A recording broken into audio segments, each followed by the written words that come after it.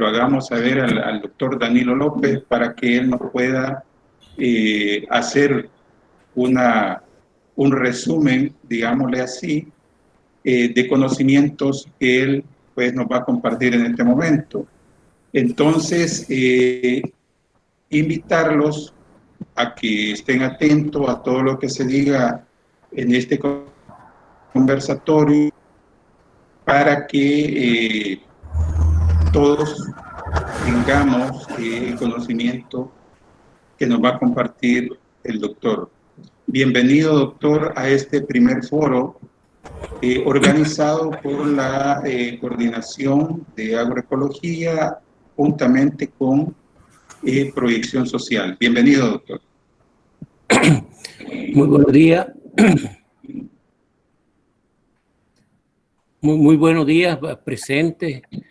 Muy buenos días, ingeniero Julio Sandoval, licenciado Berardo Tejada.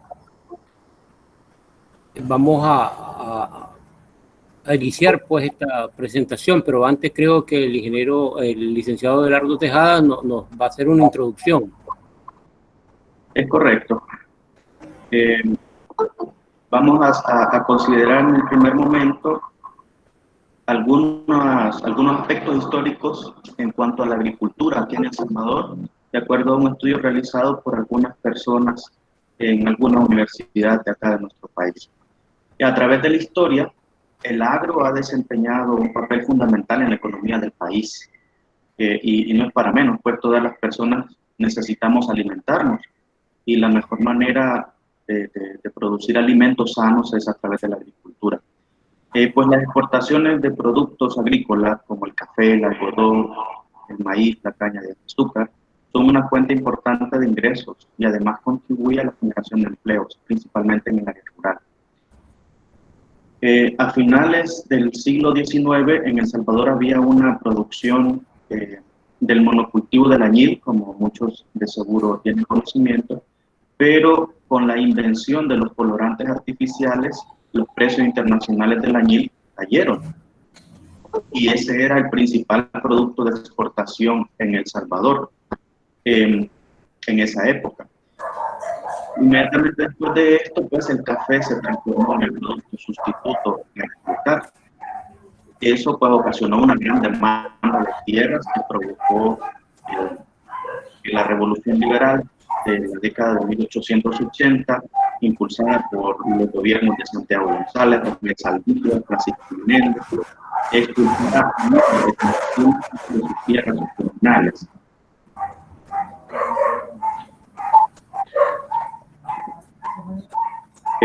Generando así la clase obrera mundial y por consiguiente un alto grado de conflictividad en el campo. La oligarquía cafetalera se consolidó como clase dominante. Como consecuencia de la crisis económica mundial de 1929, el café se quedó sin mercado. Entonces, una vez más, el monocultivo en el cual se basaba la exportación y la economía salvadoreña hizo pues que la economía nacional de nuevo decayera. La cosecha ese año de 1929 no se recogió y miles de jornaleros y campesinos pobres pasaron hambre. Entonces eso ocasionó una situación muy difícil para el agro en El Salvador, la cual hemos arrastrado por varias décadas, al punto de que en la actualidad, todos lo conocemos, es muy mínimo lo que se está produciendo a nivel de agro acá en El Salvador. El Salvador antes de la guerra civil se caracterizó por ser una nación de las más pujantes en la producción agrícola a través del café, que logró cotizarse entre los mejores del mercado mundial. La base de esto estaba en la producción de café, pero también por otros productos de exportación como el arroz, los frijoles, el algodón, que se producía sobre todo en la zona litoral del país. Estos brindaban un fuerte aporte al sostén financiero del país. Pero eso nunca se tradujo en beneficios sociales para todos, sino que siempre la concentración, ¿verdad?, con la cual se caracteriza el sistema económico imperante. Principalmente quienes se veían expropiados pues, del resultado eran la gente que aportaba la mano de obra, que hacía que fuera rentable este tipo de actividades. Luego, pues, todo eso generó la situación de guerra, la cual a su vez generaba círculos viciosos a través de la explotación de los dueños de la tierra contra los trabajadores. Y esto fue generando que poco a poco el quehacer agrícola fuera llegando hasta un abandono casi total, como lo vemos en la actualidad, en donde se ha reducido, aparte de las grandes extensiones para los monocultivos, en una actividad netamente de subsistencia, sobre todo para familias de la zona rural, del campo, obligando pues a las personas que trabajaban en ese tiempo en el campo, campesinos e indígenas, a buscar nuevas rutas, otras formas de trabajo, a emigrar muchas veces a los cinturones de pobreza que hay en nuestras ciudades, en las zonas marginales. Dicho éxodo masivo de los trabajadores del campo hacia la ciudad ha ocasionado, como se sabe, diversas afectaciones de tipo socioeconómico. La defensa de la tierra y la reactivación del agro se convirtieron durante la guerra en los discursos favoritos de los brazos políticos de las fuerzas bélicas de izquierda. Con el recrudecimiento de las acciones militares, lejos de originar un aporte efectivo a la reactivación del agro, el resultado fue el abandono casi total de la tierra. Después de que se firmara la paz en México en 1992, uno de los principales acuerdos fue la reactivación agrícola. Eso fue uno de los contenidos pues, de esos acuerdos del 92. Y se crearon instancias y organizaciones estatales con el fin de contribuir a volver nuevamente rentable el campo y la agricultura. Entre algunas de esas instituciones que se crearon, se menciona el Banco de Tierras, que por cierto ya fue suprimido, y también el CENTA, que alguna actividad todavía tiene, pero es muy reducida ciertamente. Bueno, a la fecha, pues el agro sigue en bancarrota en el país, al punto que el gobierno ha tenido que importar alimentos básicos como frijoles, arroz, lácteos e incluso maíz de países vecinos, de Nicaragua, de Honduras, de Guatemala y de México, entre otros. Todos tenemos conocimiento precisamente de los muchos millones invertidos en la importación de alimentos con ocasión de la cuarentena por la pandemia de COVID-19 a cargo del gobierno de El Salvador.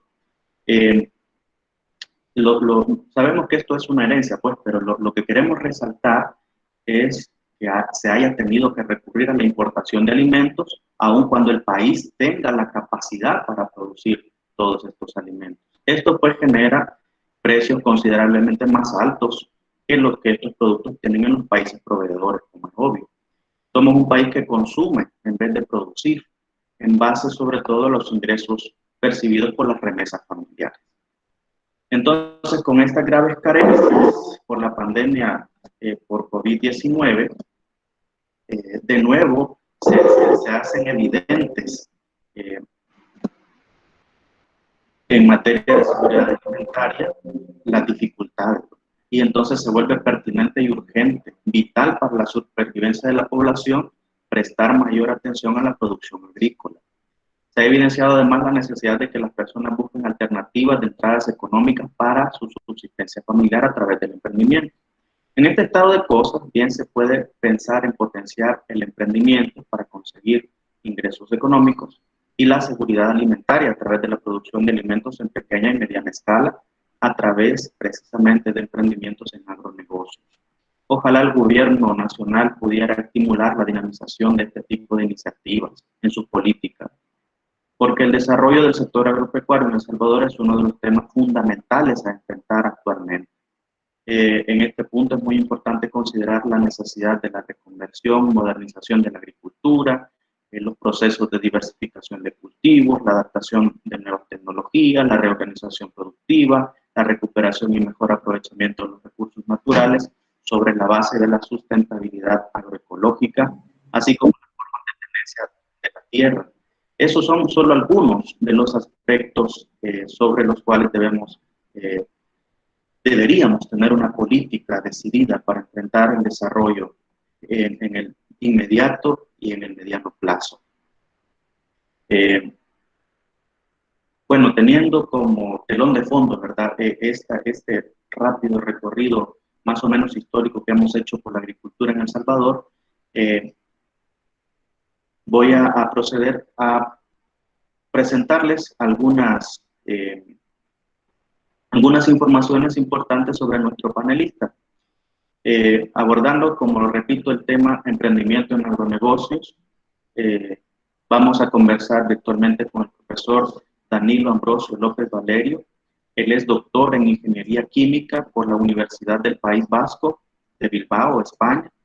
Es docente e investigador de la Universidad Nacional de Ingeniería y de la Universidad Nacional Autónoma de Nicaragua, en Managua, Nicaragua. Y entre los temas que maneja en el ámbito de la docencia se pueden mencionar procesos de manufactura agroindustrial, tecnología y medio ambiente, química industrial, formulación y evaluación de proyectos, cultura emprendedora y pequeños negocios, metodología de la investigación, y el doctor además es emprendedor en producción y comercialización de productos agrícolas. Entre sus experiencias como investigador podemos mencionar algunas, como la obtención de bioetanol a partir de la corona de maíz variedad HS5 por el método de hidrólisis ácida diluida, fermentación separada, el laboratorio de química en la UNAM Managua, en los semestres 1 y 2 del año 2015, con el apoyo de algunos estudiantes. Además, tiene un estudio de operaciones operacionales en el proceso de obtención de carbón activo de cáscara de naranja Valencia. Eso se hizo en el segundo semestre del año 2016, también con el apoyo de algunos estudiantes. El diseño de biodigestor de cúpula flotante tipo hindú, craqueo catalítico de residuos plásticos para la obtención de combustibles, diseño de catalizadores ácidos HY para el craqueo catalítico de alimentaciones pesadas, obtención de carbón activado a partir de la semilla de nancite, que en nuestro ambiente es el nance, ¿verdad? En Nicaragua le llaman nancite, vaina de malinche y hueso vacuno, obtención de biodiesel a partir de grasa y aceites, elaboración de alimentos para niños, concentrado animal, obtención de bioetanol, obtención de cuero, formulación de productos alimenticios, y además ha realizado múltiples publicaciones de investigaciones en revistas científicas en lengua inglesa. Por tanto, le damos una agradecida y cordial bienvenida a este espacio abierto por la Coordinación de la Ingeniería en Agroecología, cuyo coordinador es el ingeniero Julio Sandoval, y la Unidad de Proyección Social, cuyo coordinador es su servidor, Gerardo Tejada, de la Universidad Luterana Salvadoreña. Bienvenido, doctor. Muchas gracias, buenos días a los asistentes, buenos días, licenciado Gerardo, licenciado Julio Sandoval, buenos días a todos. Entonces vamos a conversar sobre esta temática, emprendimientos en agronegocios. Al final de esta conversación podemos escuchar sus preguntas y en su medida pues darles respuestas que les satisfagan a ustedes, ¿verdad? Pero en este sentido, pues, la verdad es que nunca nadie tiene la razón absoluta en este sentido. Entonces, vamos a escuchar pues al licenciado Tejada con su primera pregunta. ¿Cómo no? Nomás pedirle, doctor, si fuera posible que nos pudiera compartir su cámara para poder conocerle, ¿verdad?, a través de estos medios. Si no es posible, por favor. Sí, he estado intentando ponerla, ¿verdad?, pero se me ha dificultado, o sea, la activo, pero... Bueno, entonces hay un inconveniente técnico. Vamos a dejarlo así. Sí. Ok. Habiendo hecho ya este recorrido por la historia de la agricultura en El Salvador y considerando más o menos el estado actual de la agricultura, quisiera que comenzáramos analizando qué aspectos identifica usted que son semejantes y qué aspectos identifica usted que son diferentes entre el estado de la producción agrícola en El Salvador y en Nicaragua? Bien, los emprendimientos en agronegocio son importantes en estos momentos, debido a que hemos crecido, la población ha crecido inmensamente. Sin embargo, entonces es necesario emprender en la agricultura, es necesario emprender en los agronegocios. La historia nos cuenta o nos expresa de que todos los países centroamericanos hemos vivido la misma historia en el campo agrícola. O sea, podemos mencionar los principales rubros que se han cultivado y se han exportado, siempre al vaivén de los precios internacionales, y generalmente siempre están en precios muy bajos con los costos de producción. Entonces, en este sentido, es importante entonces cambiar esa matriz o ese pensamiento de seguir exportando en bruto, sino más bien darle valor agregado a la producción agrícola. Entonces, los principales históricamente han sido el café, la caña de azúcar, el algodón. Y en los últimos años a lo mejor se ha incursionado, ¿verdad?, sobre todo en Nicaragua, en la producción de maní, la palma africana, y algunos cítricos, producción de cítricos, producción de aguacate. O sea, los cafetales que antes existían han sido sustituidos por la producción de aguacate. Pero todo esto, hasta el momento, se exporta en bruto. Pero quien aprovecha, en el buen sentido de la palabra, toda esta producción en bruto es nuestro hermano costarricense. Ellos compran, se llevan el producto y luego los transforman, le dan valor agregado y exportan hacia Europa. Entonces es lo que nos falta, emprender en ese sentido. En la actualidad se nos considera a los países centroamericanos, o se nos ha considerado aproximadamente hace unos 40 años, desde que yo tengo uso de razón, como países en vía de desarrollo. Pero la verdad es que eso ha sido una media verdad, media mentira. La verdad es que siempre hemos caído en el grupo de países del tercer mundo o cuarto mundo, otros dicen hasta del quinto mundo. En la actualidad existe otro concepto, o ha aparecido otro concepto, que se conocen como países emergentes, que en términos de 20 años han pasado a ser semipotencia en el ámbito económico. Entre ellos podemos mencionar Singapur, Indonesia, Filipinas. En menos de 20 años han llegado a ser semipotencias económicas. Sin embargo, estos con menos recursos naturales, países con un tamaño geográfico y población similares a la nuestra, han logrado surgir, mientras que nosotros los centroamericanos hemos quedado estancados en este sentido. Por lo tanto, aquí es donde es meritorio cambiar de mentalidad, o sea, buscar cómo entonces darle valor agregado a nuestros productos a través de los emprendimientos en agronegocios. O sea, hay que dar un salto en los próximos 20 años. Si no damos ese paso, vamos a seguir en la posición de países altamente endeudados, que corresponde entonces a países pobres o países del tercer mundo. Entonces, ¿pero cómo lograr esto? ¿Cómo lograr esto? La verdad es que la fórmula, y eso nos pueden nos lo indican los especialistas, los comentaristas, es que está la fórmula en la educación de los países. O sea, los países tienen que invertir más en educación, en educación en todos los campos. O sea, pero una educación con calidad, una educación inclusiva, una educación que nos lleve a transformar nuestros países. Entonces, la historia después nos indica que los países centroamericanos tienen más similitudes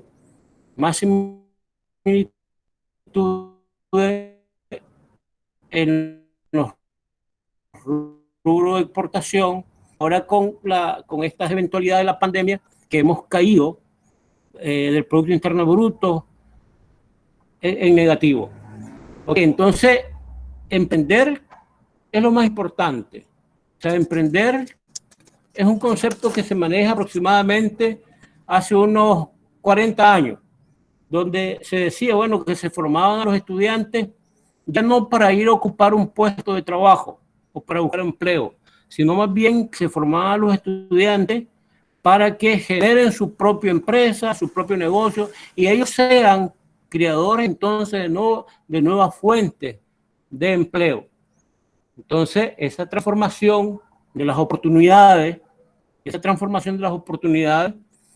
en este caso estamos hablando de empresa, entonces de convertirse en dinero. Y tenemos que partir entonces de una necesidad, de un problema. Y aquí donde cabe los conceptos de investigación. Tenemos que saber dónde está la necesidad, dónde está el problema. Entonces, la necesidad nacional, bueno, necesidad local o necesidad internacional. Entonces, yo siempre pongo un ejemplo de que nuestros países son altamente cristianos y los chinos, que no son cristianos, pues fabrican montones exportan y nosotros los compramos. Entonces, ¿por qué nuestros países no indagan, no investigan sobre las necesidades o lo que consumen estos pueblos? Y entonces, basado en eso, producir lo que ellos consumen. O sea, a modo de ejemplo, nuestros países tienen excelentísimos artesanos y ellos, pues, tienen su Buda. Pues entonces produzcámosles Buda de alta calidad y enviémosles Budas a ellos. Pero tenemos que mejorar nuestras tecnologías. Los países ricos en la actualidad demandan gran cantidad de productos, pero productos orgánicos. O sea, no productos alterados genéticamente, ni con conservantes, producir de forma orgánica. O sea, o producir o darle valor agregado a alimentos procesados, pero sin preservante. O sea, entonces existe una gran oportunidad de mercado y en la actualidad pues existen convenios internacionales de libre mercado con Europa, que se llama ADA, con Estados Unidos, y cada país ha venido firmando sus convenios de libre mercado con otros países de manera individual. Entonces ahí está la oportunidad de la transformación mediante el emprendedurismo. Excelente observación la suya, cómo es importante pues, que las nuevas generaciones vayan tomando conciencia de esto, ¿no? Y para ello la educación juega un papel bien importante, de ya no continuar repitiendo el patrón de ir a buscar quien te dé empleo, ¿no? Sino emprender, tomar la iniciativa. La segunda pregunta que quisiera que conversáramos, doctor, tiene que ver en parte con algo de lo que ya ha mencionado. Tiene que ver entonces con cuál considera usted que debería ser la prioridad que nuestros gobiernos, por lo menos en nuestra región, que es bastante homogénea, deberían darle a la producción agrícola local. ¿Qué prioridad deberían darle nuestros gobiernos?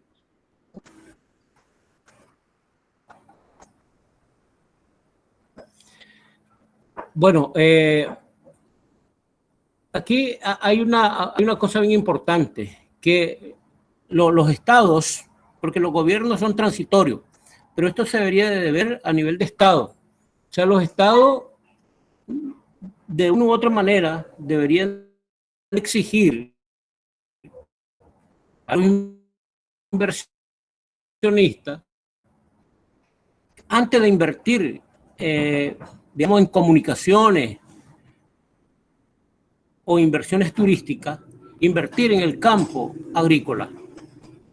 Eso es importante, porque está relacionado a la seguridad alimentaria.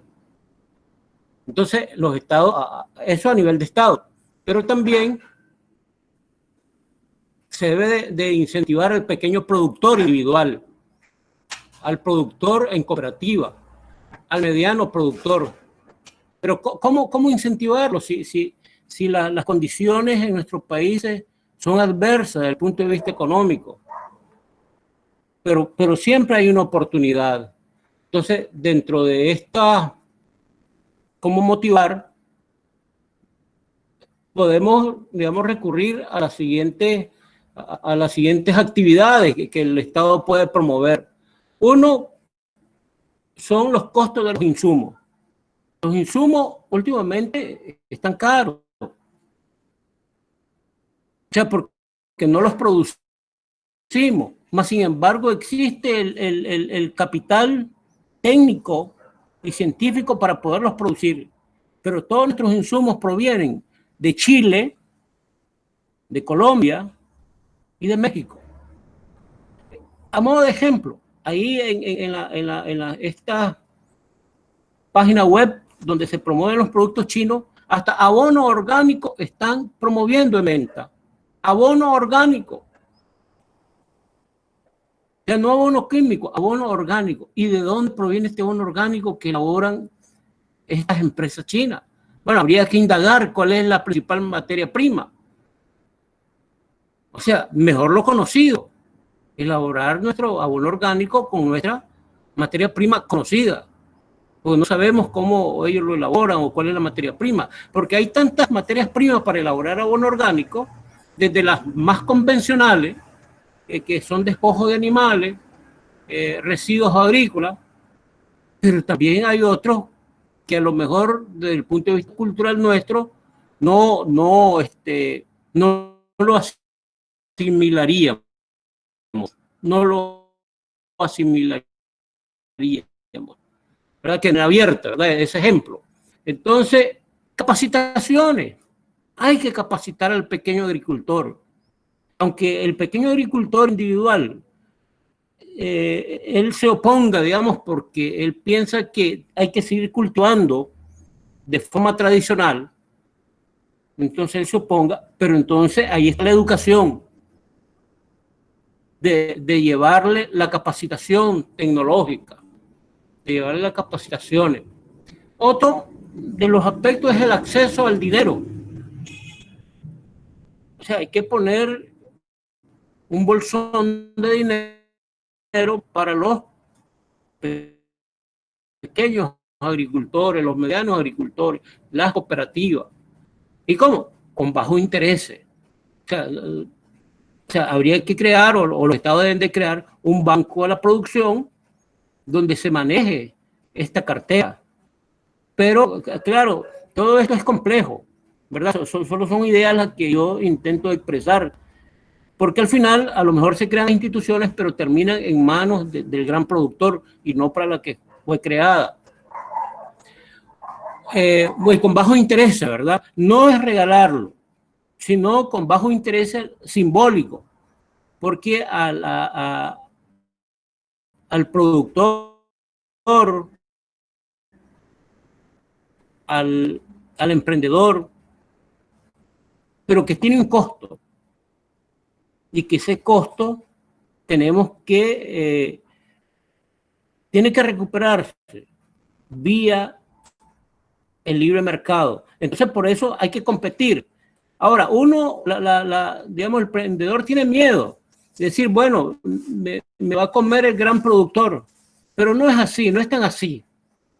A modo de ejemplo, hace unos 20 años aproximadamente, entró la cadena Walmart a Nicaragua y comenzó a llenar todo el país de supermercados que le conocemos como Palí, supermercado Palí. Y entonces decían las señoras que tenían su pulpería o su negocio en sus casas, vamos a quebrar, no vamos a poder ganar, y hubieron pues algunas protestas en ese sentido. Pero no, después de 20 años, las señoras o los que tenían su negocio en sus casas se mantienen. No murió ese pequeño negocio. Pero claro, ellos tuvieron que adaptarse a las nuevas condiciones. Los mercados los mercados populares tuvieron que adaptarse a las nuevas condiciones de esos supermercados palí. O sea, de tal manera que tenemos que competir por calidad, con producción. Entonces, y otro de los aspectos importantes es la transferencia de tecnología. O sea, que hay que desarrollar la tecnología.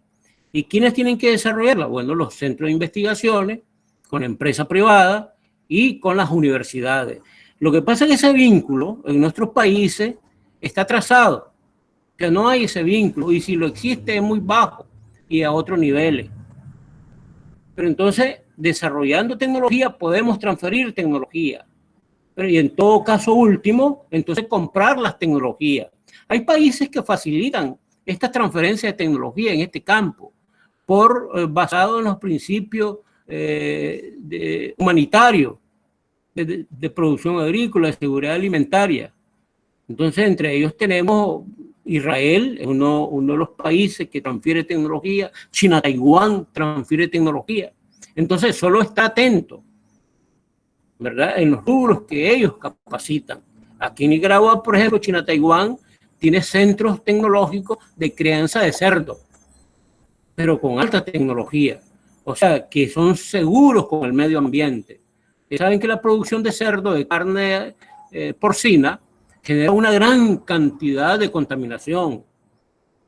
Entonces ellos tienen modelos integrales de producción. O sea, las heces fecales de los cerdos las transforman en biogás. Y los residuos de esa transformación de la materia prima en biogás son abonos orgánicos. Entonces cierran todo su círculo de producción de tal manera que el que gana al final es el medio ambiente y la población con la seguridad alimentaria. Pero algo importante, creo que ya lo mencioné al inicio, es que los estados deben de exigir al inversionista extranjero que invierta en agricultura. La producción agrícola debe tomarse como seguridad nacional. La verdad es que sí, debe tomarse como seguridad nacional para garantizar la seguridad alimentaria. No producimos lo suficiente por la gran cantidad de población que hemos aumentado en los últimos años. En el año 72, para el terremoto en Nicaragua, éramos aproximadamente 2 millones de habitantes. En la actualidad, rondamos los 7 millones y producimos menos que en esa época. Entonces, en aquella época, por eso se conoció a Nicaragua el granero de Centroamérica. Hoy tenemos que importar papa holandesa, cebolla de los Países Bajos, chayote costarricense, frijol angoleño. O sea, porque no hay incentivo para el pequeño productor. Si el invierno fue malo, entonces perdimos todo. O sea, no se asegura la producción. El Estado no garantiza al pequeño productor o a las cooperativas que si se perdieron por causas naturales, que el Estado garantice a través de un seguro al pequeño productor. Porque si el pequeño productor pierde, entonces se incrementa la pobreza. Incrementamos la pobreza. Bien, licenciado Tejada, escuchamos su siguiente pregunta.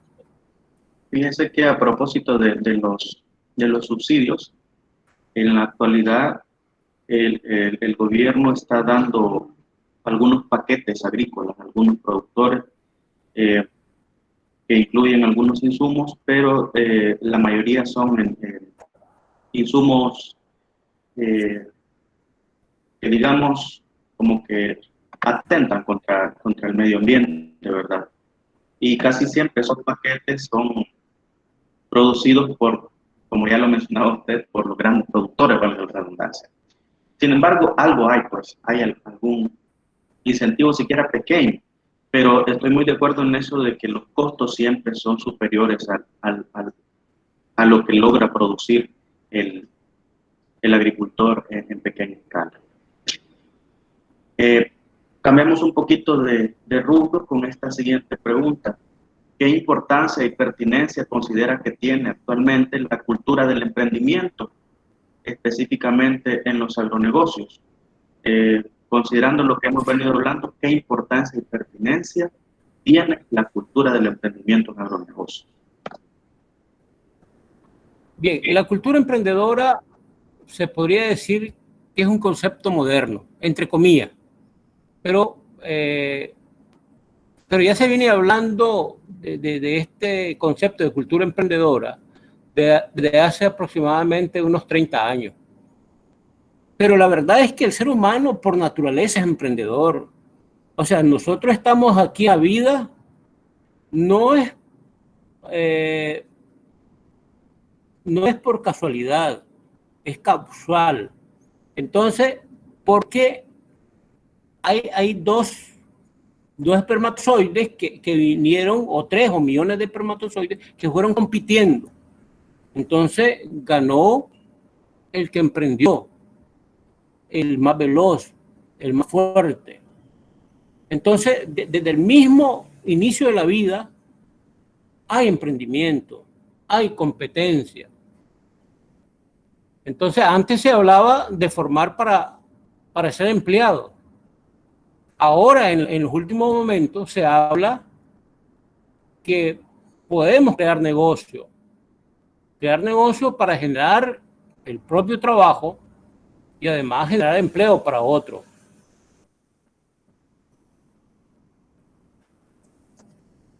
Entonces, es pertinente el emprendimiento en la actualidad cuando decimos que hay que reducir el Estado para que sea más operativo, para que sea más eficiente. Entonces, si eso se logra o se promueve el Estado, entonces van a haber menos oportunidades de trabajar al Estado. Entonces, lo que hay que incentivar es la empresa privada, pequeña, mediana y la gran empresa, para que todos los emprendedores podamos generar nuestro empleo o nuestro trabajo y generar otros trabajos para el que tenga menos oportunidades. Entonces, en Nicaragua hay un dicho, o no sé si es un dicho propio, pero dice, empleo no hay, pero trabajo hay en P. Empleo no hay, pero trabajo hay en P. Entonces, el emprendimiento es pertinente, se debe de promover. Y creo que esta realidad que estamos viviendo ahorita se enmarca en esto. Entonces, lo que hemos comentado, se necesita dar valor agregado a lo producido en el campo, en la agricultura. En todos hay, para hacer investigación pura, para hacer investigación de mercado, para elaborar nuevos productos. No es cierto que todo esté inventado, no todo está inventado. El mercado cada día es más exigente en calidad. Surgen nuevos gustos. Entonces, lo que hay que tener es una visión, o yo le decía en otras prensias, de que hay que tener nariz de perrito, nariz de perro,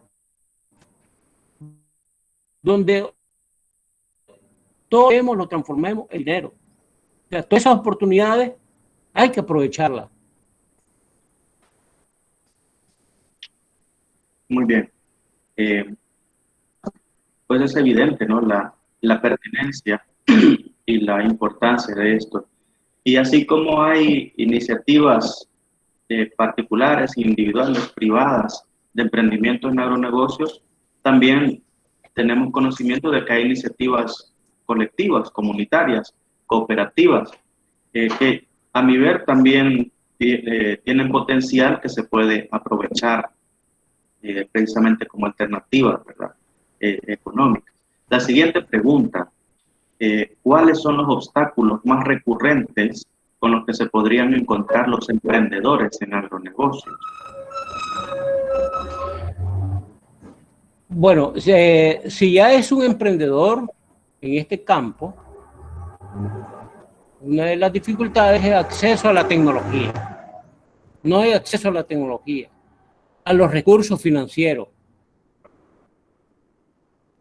Pero esto se incrementa o se dificulta si no hay una organización del negocio. O sea, hay que organizar el negocio, hay que organizar el emprendimiento. ¿Y cómo lo organizamos? Bueno, a través de un documento que se llama plan de negocio. O sea, no podemos ir inventando. O sea, tenemos que tener escrito un plan de negocio. Y si para emprender el primer requisito y último requisito para poder emprender es querer. Eso es todo. Usted quiere, usted puede. O sea, esa es la primicia. O sea, no hay más obstáculos, porque los obstáculos materiales los puede superar, pero el obstáculo de la conciencia plena, del querer, si no estás consciente, no lo vas a lograr nunca. No lo vas a lograr nunca. Entonces, yo diría, pues, en términos generales, que el principal obstáculo es el querer. Si no quiere, ahí terminó el negocio.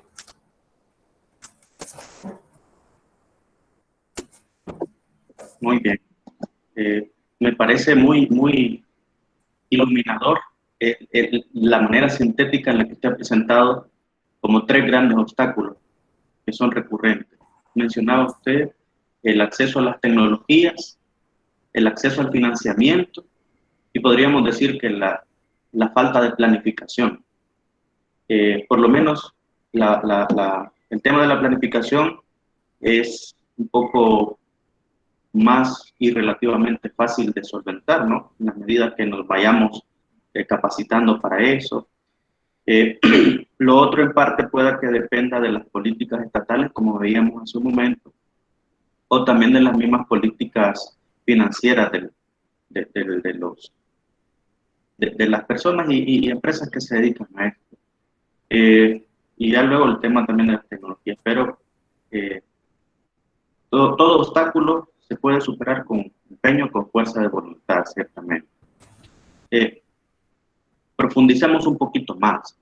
¿Cuáles son los pasos o etapas más relevantes que usted considera que deben seguirse para iniciar y consolidar un emprendimiento en agronegocio? Los pasos o etapas más relevantes.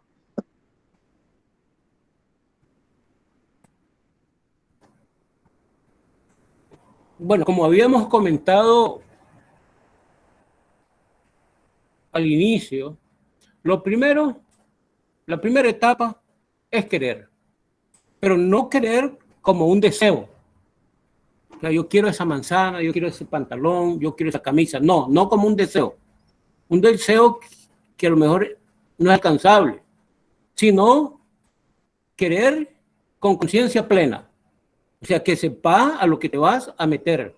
Ese es el primer obstáculo. O sea, sobre todo aquellos que van a incursionar por primera vez. O sea, es un querer razonado. Ese es el primer obstáculo. Ya los demás obstáculos son, como se había mencionado, el acceso a la tecnología, a la banca,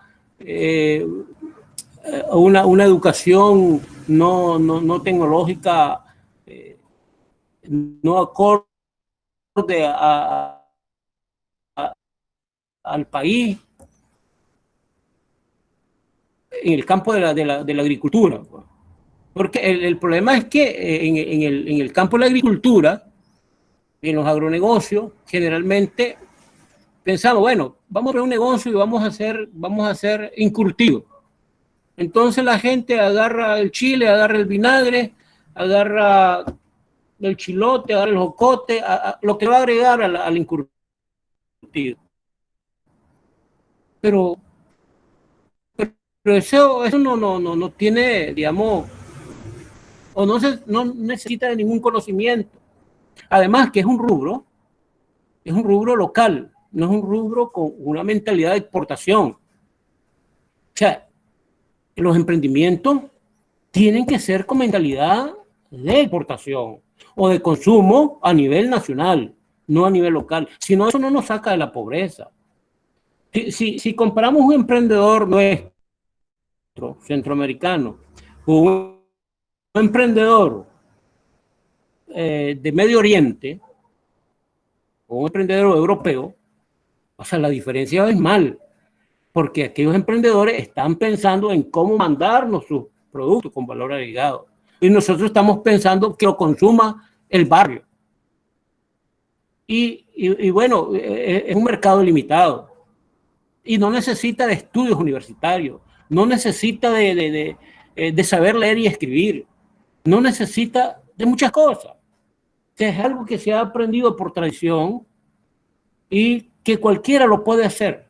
Y en general en Nicaragua ese tipo de negocio, pues lo hacen los jóvenes en riesgo, los jóvenes que han estado metidos en el alcohol, en la droga. Entonces aprenden a hacer estas cositas y los andan vendiendo de casa en casa, como los jabones líquidos, el cloro, todas esas cosas, pues. Ahí lo andan vendiendo porque no tienen ningún tipo de importancia tecnológica. Entonces lo importante es querer, pero un querer razonado. Ese es el principal obstáculo.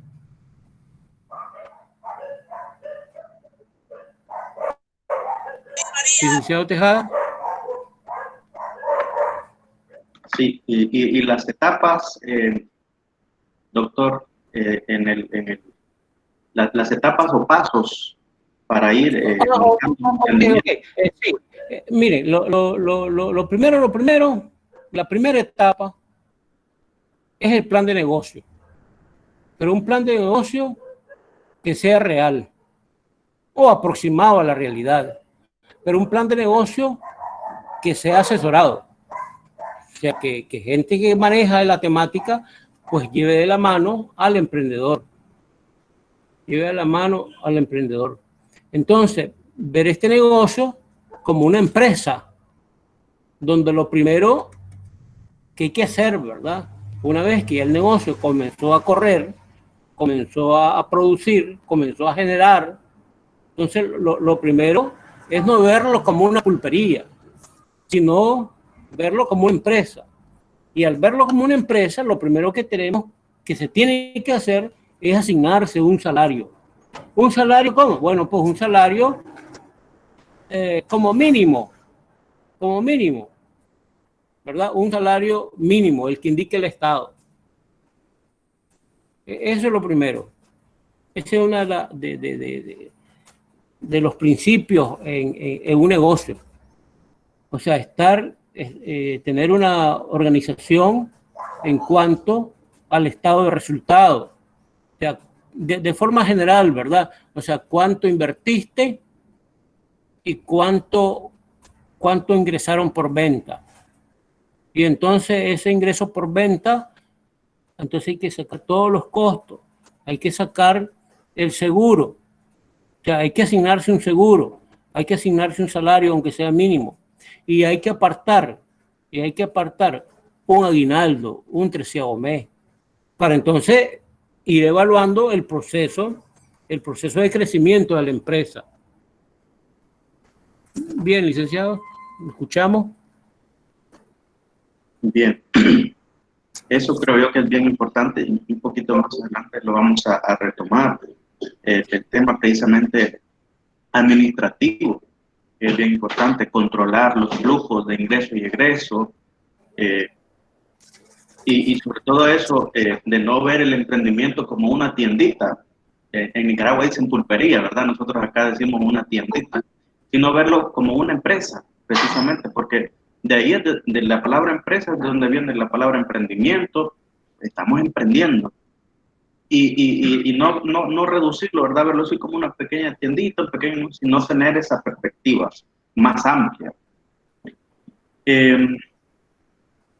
La siguiente pregunta, doctor, ¿conoce usted alguna experiencia iluminadora o motivadora para quienes tienen iniciativas o intenciones de emprender en este tema de agronegocios. ¿Nos la podría compartir en caso de tenerla? Sí, sí, vamos a comentarle una que tiene una parte positiva, pero al final termina unos 25 años conduciendo a un grupo de alumnas para darle valor agregado a las frutas nicaragüenses. Bueno, decidimos transformar esta fruta en alimentos para niños, lo que nosotros les conocemos como composta, ¿verdad? O ya nos ha quedado en la mente ahí los colados infantiles, o lo que conocemos como Herbert, ¿verdad? Como Herbert, pero esa es la marca. Pero entonces se conoce en el ámbito de la tecnología del alimento como composta o colados infantiles. Pues bien, hicimos un diseño de experimento para ir variando algunas propiedades o las cantidades de materia prima, aditivo, e ir midiendo sobre todo la viscosidad y la densidad y los grados Brix, o sea, la cantidad de azúcar y la textura y el color. Todo eso lo valoramos al ir probando con diferentes variables. Al final, después de 6 meses de trabajo, logramos dar con aproximadamente 5 tipos de composta. O sea, procedimos entonces a darle divulgación en mercados, en ferias que monta el Estado, en ferias montadas por la universidad, de tal manera que fue ganando auge en eso. Al final, se participó en un evento promovido por una agencia bancaria, el primer lugar en emprendimiento, y eso tenía un valor de $10,000.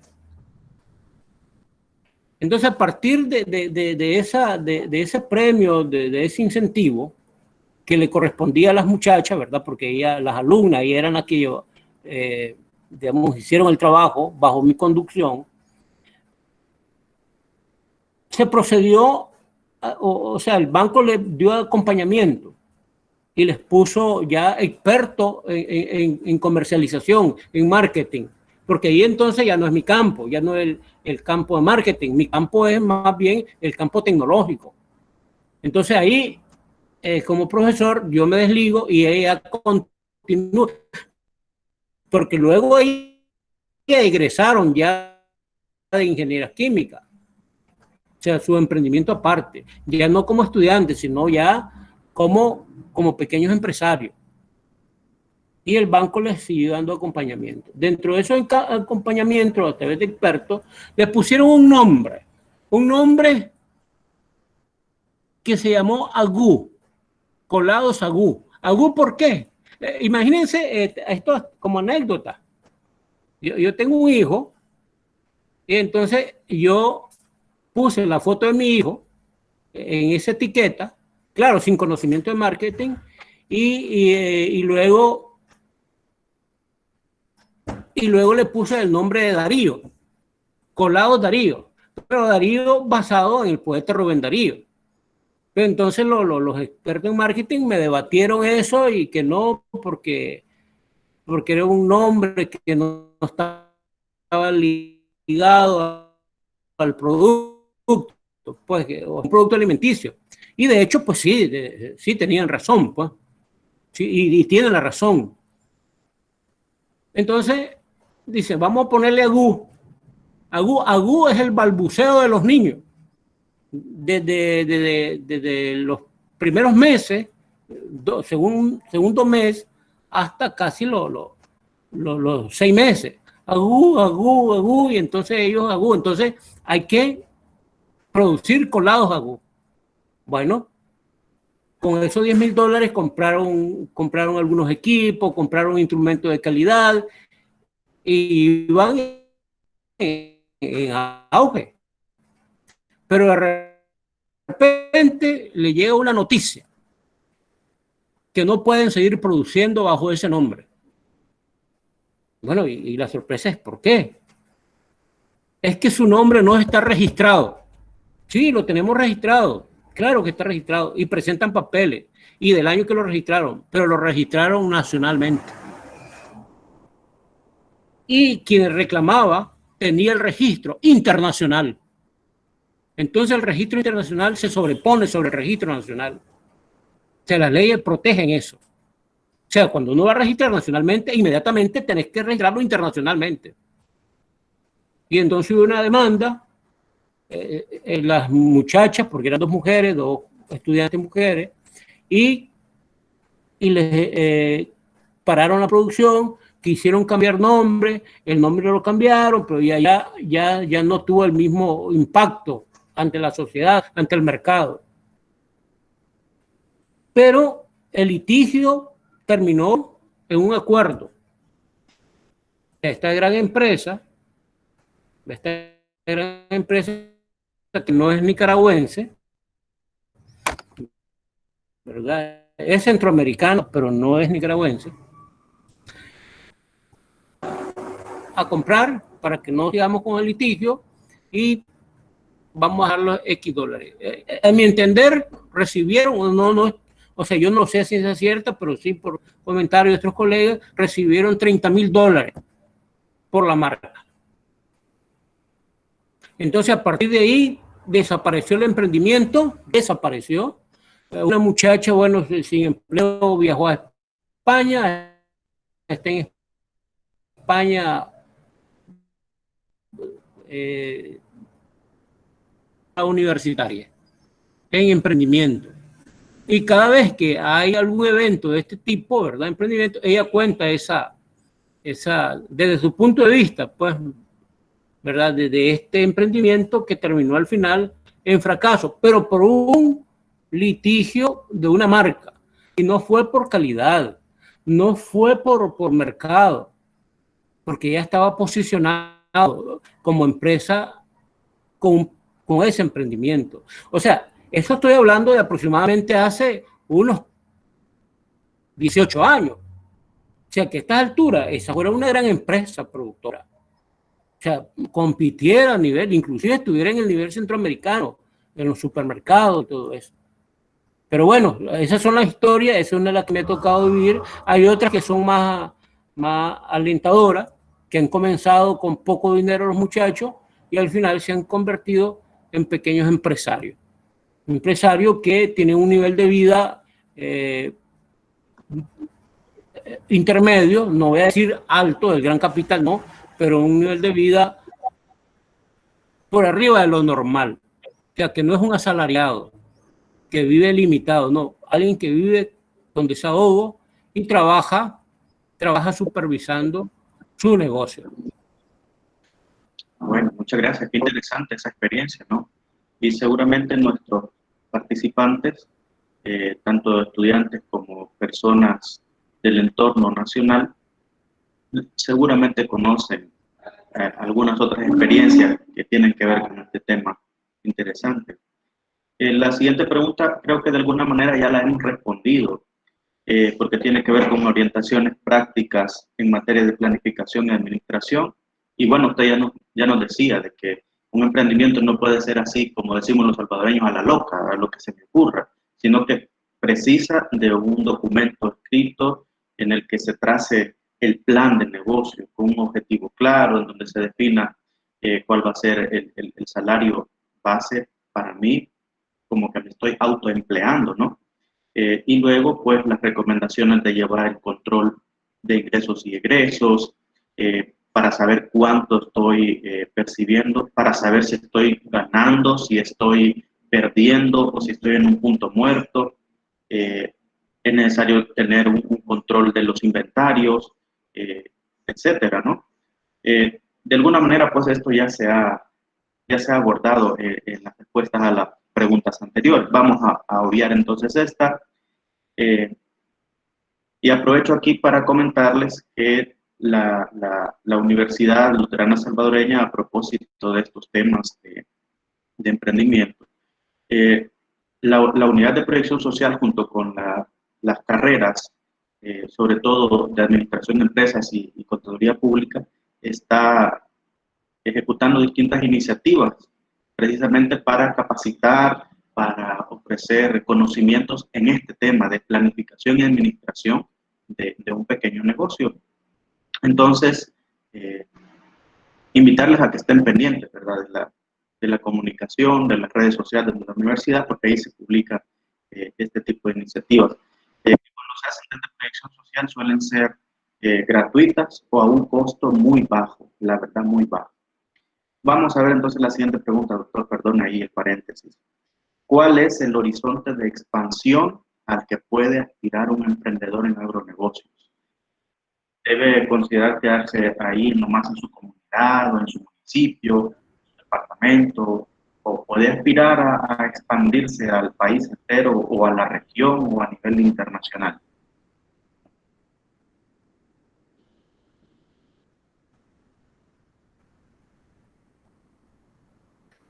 Bien, mire, teóricamente, de 100 emprendimientos, ese es el punto de vista teórico. Dentro de 100 emprendimientos, el primer año sobreviven el 20%. A los 5 años, el 5%. Y llegan a los 100 años de 2 al 3%. O sea, esto no es para entonces desincentivar, más bien es para alertar y tomar todas las medidas para no fracasar. O sea, porque los que fracasan son aquellos que no tienen una meta definida o su meta es inalcanzable. No es lo mismo un deseo que una meta. Una meta es concreta. Un deseo no es alcanzable a veces. Por ejemplo, yo puedo decir, yo quiero llegar a ser millonario como don Carlos Pela. Carlos Pela es un millonario nicaragüense. O sea, eso es un deseo. Como los imanes en El Salvador. Pero es más fácil decir, o como Simán, ¿verdad? Entonces, yo puedo decir, en el próximo año o durante un año voy a emprender y espero tener un mercado posicionado a nivel regional, ya, con mis productos. Miren, entonces ya eso es alcanzable a un deseo. Entonces, el horizonte, o sea, la meta, se escribe y es el propósito del emprendedor. Entonces, el emprendedor debe estar en constante cambio. O sea, el emprendedor no debe estar inmóvil. Debe estar en constante cambio, de acuerdo a la globalización y a los avances y a las tendencias del mercado. O sea, que lo que produzcamos debe estar de acuerdo a las tendencias del mercado y ser competitivo y ser responsable de lo que producimos con respeto al medio ambiente. Porque hay, bueno, sobre todo empresas grandes o empresas pequeñas. Yo conozco en Nicaragua muchas empresas pequeñas. Y las grandes ya no se diga, y sobre todo las grandes internacionales, y sobre todo los países orientales, no tienen el más mínimo respeto por el medio ambiente. No hay. Y esto no es una posición, digamos, personal, que tenga fobia, digamos, por los países orientales. No. Es porque las noticias, las noticias, eso es lo que reflejan. Que pueden ser noticias falsas, a lo mejor parte.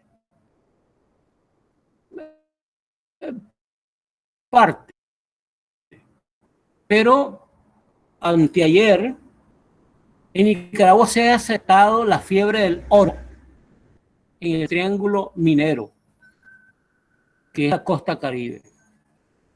¿Qué pasa? Están las grandes empresas, ellas sí son, digamos, tienen tecnología y cuidan el medio ambiente. Intentan proteger el medio ambiente por la tecnología que tienen y el Estado les obliga. Pero el pequeño productor, pequeño desde el punto de vista de maquinaria, de tecnología, no caben dentro de pequeños emprendedores o pequeños negocios, porque mueven mucha plata. En Córdoba mueven que 5 millones, 10 millones de Córdoba. O sea, es mucha plata, es mucha plata. Entonces, ¿qué pasa? Como el producto para separar el oro y la plata de la roca mineral se necesita de cianuro. Y el cianuro está restringido por el Estado. Quienes tienen acceso son las grandes empresas. De una forma segura, con todas las medidas de seguridad, de transporte y almacenaje y uso. Sin embargo, este entra de Costa Rica por contrabando por el río San Juan y viaja a través del lago. Pues hace 3 días hubo un accidente, naufragó la embarcación. Ya 2 muertos, 1 desaparecido, 1 sobreviviente y el cianuro, aproximadamente 3 quintales de cianuro vertido, derramado en el lago Cocibolca. Eso es un desastre. Eso es terrible. Entonces hay alerta de parte de los ambientalistas de decirle a la gente que en esa zona tengan cuidado de no consumir agua, pues, o los peces. Entonces, lo importante del emprendimiento es el cuidado y protección del medio ambiente. Pero este emprendedor debe estar en constante cambio de acuerdo a la globalización y a las tendencias del mercado. Como lo he dicho anteriormente. Licenciado Tejada. Sí, la siguiente pregunta. ¿Cuánto tiempo considera usted que puede transcurrir desde el inicio, pasando por el montaje y la consolidación hasta llegar a la maduración de un emprendimiento en agronegocio? Más o menos, ¿cuántos años podría llevar ese proceso?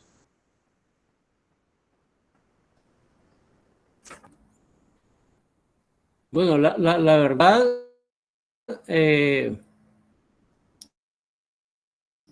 difícil responder esa pregunta, me la puso difícil. Eso depende de muchos factores. En primer lugar, depende de uno mismo. Eso depende de uno mismo. En primer lugar, ¿verdad? En primer lugar, de uno mismo, o sea, del emprendedor. Pero también de factores y condiciones externas, sean nacionales o internacionales. Y entonces, lo que se necesita aquí es un apoyo, volvemos a caer a lo mismo, un apoyo del Estado, de ONG, de la banca, de organismos interesados en promover el emprendedurismo y a emprender la reducción de la pobreza de nuestros países. Entonces, pero es un proceso que va a depender del tamaño del emprendimiento. Del tamaño del emprendimiento. Pero pongamos un emprendimiento, pongámoslo en agronegocio. Sí, depende. Pongamos un ejemplo de agronegocio, ¿verdad? Pongamos un ejemplo de agronegocio. Pongamos la avicultura, o sea, producción de carne. Hay 2 tipos de producción en la agricultura. Quiero producir carne. Entonces, sabemos teóricamente que menos de 2.000 aves, la crianza menos de 2.000 aves, no ganás, perdés. Tiene que ser por arriba de 2.000 aves para que vos podás generar ganancia. Vamos a suponer que tenés la facilidad, que tenés el dinero, porque creo que para 2.000 aves, más o menos con unos $10.000, podés echar a andar un negocio, digamos, con cierta tecnología. Con $10.000, 2.000 aves. Entonces, eso de la crianza de aves, ese dinero lo recuperás en términos de 2 años. Pero vos comenzás a producir, a generar ingresos, y no ganancias a lo mejor, sino llegar al punto de equilibrio en un mes, porque la crianza de ave de engorde son 6 semanas. Y si le das buena alimentación, la reducís a 5 semanas. Y entonces, y si lo haces de flujo continuo, que a la primera semana sale a los 6, la primera lote sale a los 6. Entonces, la segunda semana volvés a meter otra cantidad de aves. Tal vez no la 2.000, sino a lo mejor 500. La siguiente semana, o sea que tenés un flujo continuo de producción. Y entonces, tu periodo de recuperación se logra en corto tiempo. O sea, eso depende entonces del tamaño, del giro y del tipo de negocio. Muy bien, muchas gracias. Y a propósito de rubro, esa es la siguiente pregunta. ¿Cuáles podrían ser los rubros o áreas en las que se puede emprender en materia de agronegocios, teniendo en cuenta nuestro contexto, ¿verdad? Nuestra realidad? Y esa pregunta está muy relacionada con una que ha presentado uno de los participantes, Jorge Alberto Valdés Ortiz, en el chat. Dice: mi consulta sería, ¿cómo se puede obtener una capacitación para poder emprender en un agronegocio que no sea de productos que tienen demasiada oferta, como el frijol, el maíz, etcétera, y poder emprender en productos con demanda, pero que no hay oferta? Y él refiere, por ejemplo, el cale, el ají peruano, la selga, uchuva, berenjena. ¿Cuáles considera usted que son los rubros? ¿Qué rubros recomienda usted para emprender en agronegocios acá en nuestros países? Ok, en términos generales, ya habíamos comentado las grandes áreas, por decirle así, ¿no? La agricultura, la ganadería, la agroquímica. O sea, productos químicos para el crecimiento, desarrollo, producción de la parte agrícola. O sea, no existe en nuestros países. Inclusive la producción de abono orgánico no se da porque el productor lo mira a largo plazo. Y es cierto. No es lo mismo agregar nitrógeno o potasio químico que agregar abono orgánico, porque el abono orgánico es a largo plazo. O sea, él comienza a funcionar o a desarrollar todo su potencial a partir de la aplicación de 2 años o 3 años, y nadie quiere esperar 3 años eso. Entonces, lo que cree es aplicar directamente el químico. Entonces, te eleva los costos. La mejor técnica, en todo caso, es ir combinando,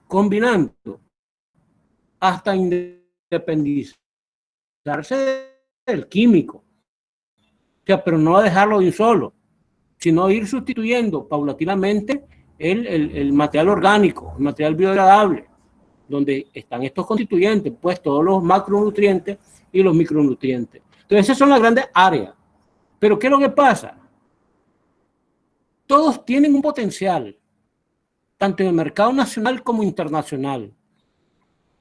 Pero, como había dicho al inicio, necesitamos tener nariz de perrito, saber dónde está el negocio.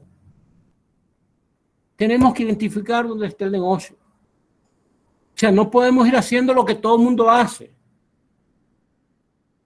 O sea, porque entonces ese monstruo o esa competencia sí no nos va a dejar desarrollar. Tenemos que entrar en rubros que sean altamente demandados, que sean importantes que sean importantes y que tengan aquella, digamos, visión de exportación, no solo para consumo local, sino exportación. Eso es lo importante. Miren, los españoles, digamos, están pidiendo muchos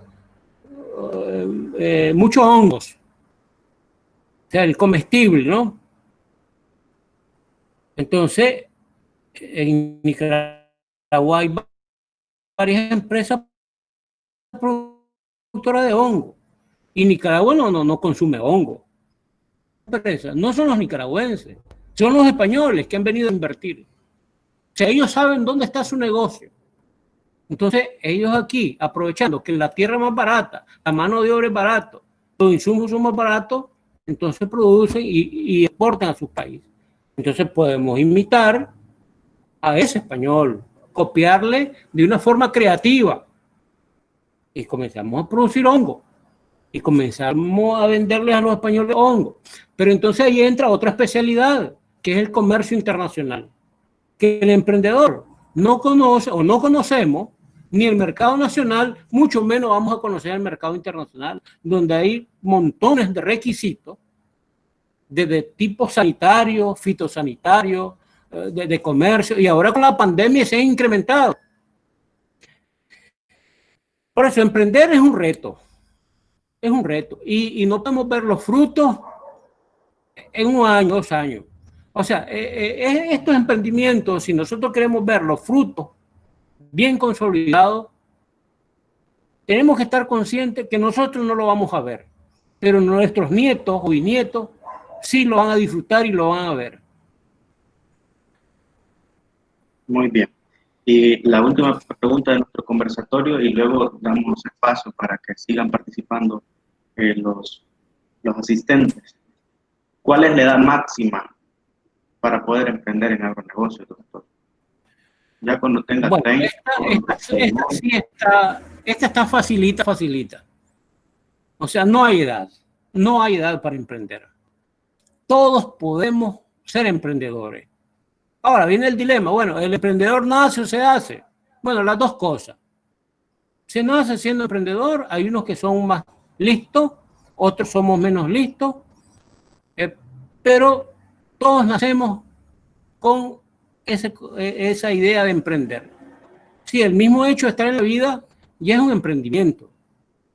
Entonces, pueden emprender los niños, pueden emprender los jóvenes, pueden emprender los edad adulta, pueden emprender los de tercera edad, hasta los de cuarta edad.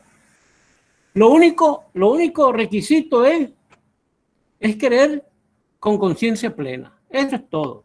Conciencia plena. Se parte en todos los campos, en todas las áreas. Se puede emprender en todos los campos, en todas las áreas. Quiero terminar con dos frases. No anoté si el que dijo esta frase. Dice, para emprender, no, a ver, permítame que quiero leerla. El que tiene la información tiene el poder. Si usted tiene la información, tiene el poder. En el caso del emprendedurismo. O sea, ¿cuál es la información? Que sepa dónde están los negocios. Pero darse cuenta de esa información hay que leer. Hay que leer todos los días. Todos los días hay que estar informado de las noticias. Doctor. ¿Cómo se va moviendo el mundo? Y permítame. Y la otra que quiero terminar, ¿verdad? Para emprender hay que tener nariz de perrito. O sea, olfatear donde está el negocio. Y la última, sí, que eso de Madre Teresa de Calcuta, el que vive para servir, aquí ya parafraseé, el que no vive para servir, no sirve para vivir. Muchas gracias. Le escucho, licenciado. Sí, es que a propósito de eso, del olfato de perro y de que tiene la información, tiene el poder, por acá una de las participantes, Dulce López, dice que para poder elegir el producto en el que se puede emprender, siempre es importante realizar un estudio o investigación de mercado e incluir la innovación de la producción. Precisamente para obtener esa información, para obtener ese conocimiento, es que es clave la investigación de mercado, ¿no? Claro, lo que pasa es que eso es ya la parte formal, la parte formal, pues, ¿verdad? Pero al inicio, al principio, o sea, no necesitas de un estudio de mercado, sino saber dónde están las oportunidades. Luego la vas a confirmar. Luego la vas a confirmar con el estudio técnico, estudio de mercado. Pues. Ya es un número que te va a decir, bueno, existe clientes potenciales, consumidores potenciales. Entonces puede... Es como confirmar, pues, el estudio técnico. Muy bien. También tenemos acá dos preguntas más de Eric Humberto Hernández. La primera es, dice el participante: doctor, muy buena presentación de los agronegocios. Aprovecho para hacer un par de preguntas. Primero, ¿qué estrategias considera usted que son viables para implementar emprendimientos en el agro? Y en segundo lugar, en el caso de El Salvador, en donde el acceso al financiamiento es poco o nulo, y para los jóvenes es todavía más complicado, puesto que no cuentan con garantías de respaldo para acceder a estos financiamientos. Entonces, ¿qué estrategias usted podría recomendarnos en cuanto a esos dos puntos? Sí, bueno, ya digamos en términos prácticos, la principal estrategia es estar enterado de ese negocio, de que eso puede funcionar. Hay que suponer que puede funcionar. O sea, que hay que hacer una lluvia de ideas. Y luego de esa lluvia de ideas, ¿verdad? De los posibles negocios o agronegocios, entonces a través del puntaje, ver las facilidades o la desventaja para ese negocio. O sea, esa es la principal estrategia. Ahorita se me escapa el nombre de esa estrategia.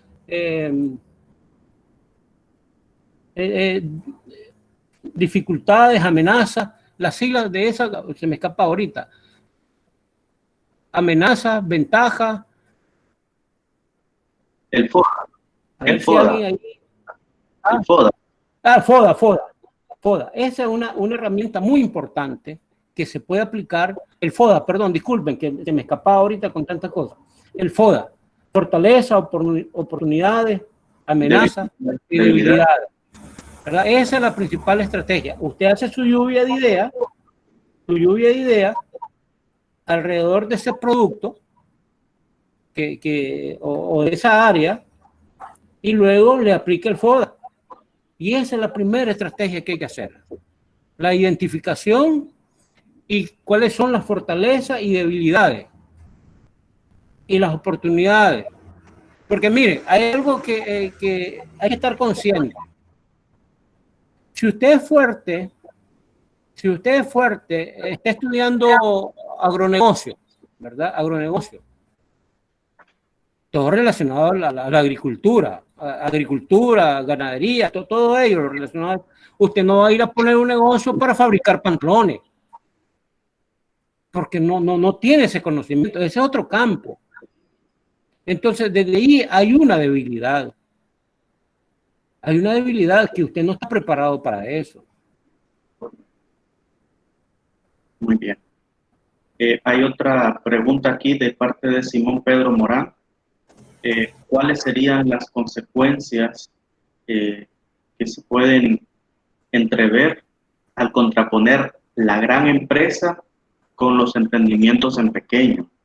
Y cómo podría competir, digamos así, tal vez el emprendimiento en pequeña escala contra la gran empresa, inclusive transnacional? Mire, son dos campos distintos. tienen mercado distinto. Mercado distinto. Entonces lo más importante en los agronegocios, en los pequeños negocios, es producir, para la redundancia, un producto con características diferentes al de la gran empresa. Porque la gran empresa produce de manera masiva. O sea, con las mismas características siempre. O sea, el mercado internacional está pidiendo productos orgánicos. Entonces se puede trabajar en ese campo, en la producción orgánica y con valor agregado, O sea, valor agregado que pueden ser de primer nivel o solo buscar una simple diferencia. Le voy a poner 2 ejemplos comunes, porque los hermanos salvadoreños también son bien emprendedores.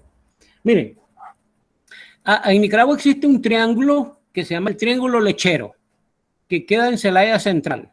Chontales, Boaco y Celaya Central. Okay. Ahí llegaron unos inversionistas salvadoreños y pusieron su empresa de producción de yogur, quesillo y queso. Entonces, y ellos tienen cierta tecnología. Ellos llevan el producto hacia San Salvador. Y en San Salvador los etiquetan y le ponen, los envasan, le ponen su etiqueta y dice hecho en San Salvador. Y todo va para Miami o para Estados Unidos, que es su mercado salvadoreño. Los mismos compatriotas son su mercado. Pero ¿dónde es que se produce? En Nicaragua. Pero no dice hecho en Nicaragua, dice hecho en San Salvador. Otra de las cosas, la gran cantidad de frijoles que se produce en el río San Juan, en el sur de Nicaragua, por las condiciones de carretera y de comunicación vial, no viene al Pacífico. Entonces sale hacia Costa Rica por el río San Juan. Y en Costa Rica llegan los grandes comerciantes, lo limpian con tecnología, no lo limpian con zaranda porque compran miles de quintales. Entonces no van a estar... Entonces es con tecnología, lo limpian con tecnología y lo clasifican con tecnología y los embolsan, solo los embolsan. Y dice, producto sabe más, que es de Costa Rica. ¿Y dónde es el frijol? Producido en Nicaragua. Mire el emprendimiento, pues. O sea, de esos grandes productores. Entonces, a pequeño negocio, tenemos entonces que estar capacitados y saber dónde está el negocio y darle valor agregado a eso, pero haciendo una diferencia con los demás productos. Yo siempre pongo ejemplos, digamos, por decirle así, pues, el quesillo, hay que producir quesillo. Entonces, quesillo de forma tradicional. Bueno, pero a lo mejor a la gente le gusta el quesillo que tenga otras propiedades organolépticas. Entonces, había que indagar esa propiedad organoléptica y modificarlo. Y entonces intentar producirlo según el gusto del cliente. Porque uno no debe producir porque uno quiere, porque a uno le gusta, ¿no? Uno tiene que producir según el mercado. Si no, nadie te compra. Ahí está el fracaso.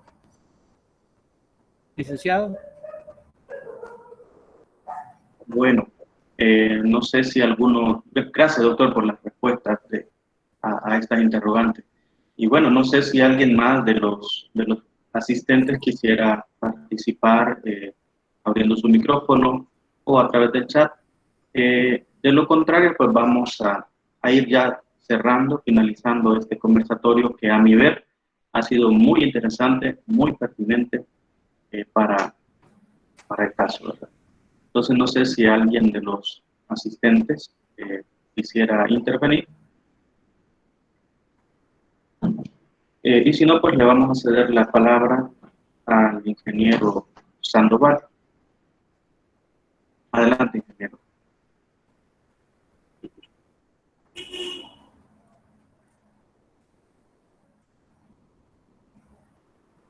Bueno, parece que el ingeniero está teniendo dificultades con su conexión a Internet. Bueno, en lo personal, entonces, expresar de nuevo mi gratitud a su persona, doctor Danilo López, por la deferencia y su solicitud de participar muy amablemente con nosotros como Universidad Luterana Salvadoreña, con el Departamento de Agroecología, la Unidad de Previsión Social, y compartirnos así tan gustosamente su experiencia, su conocimiento. Agradecer a los compañeros del Departamento de Agroecología, al licenciado René Martínez, al ingeniero Sandoval y los demás compañeros, también a algunos docentes también de la misma carrera que han estado presentes, muchos estudiantes de la carrera de Ingeniería en Agroecología, agradecerles por su participación.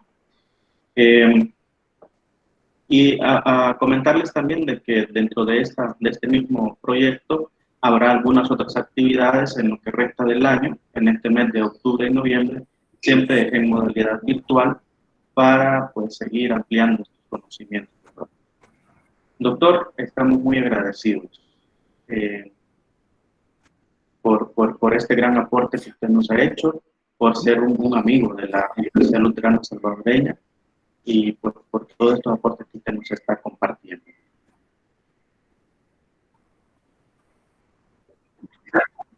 Muchas gracias. Agradecido a la Universidad UCL, al ingeniero Julio Sandoval, al licenciado Berardo, por esta oportunidad de expresar y llevar estos pequeños aportes para la nueva cultura emprendedora en nuestros países.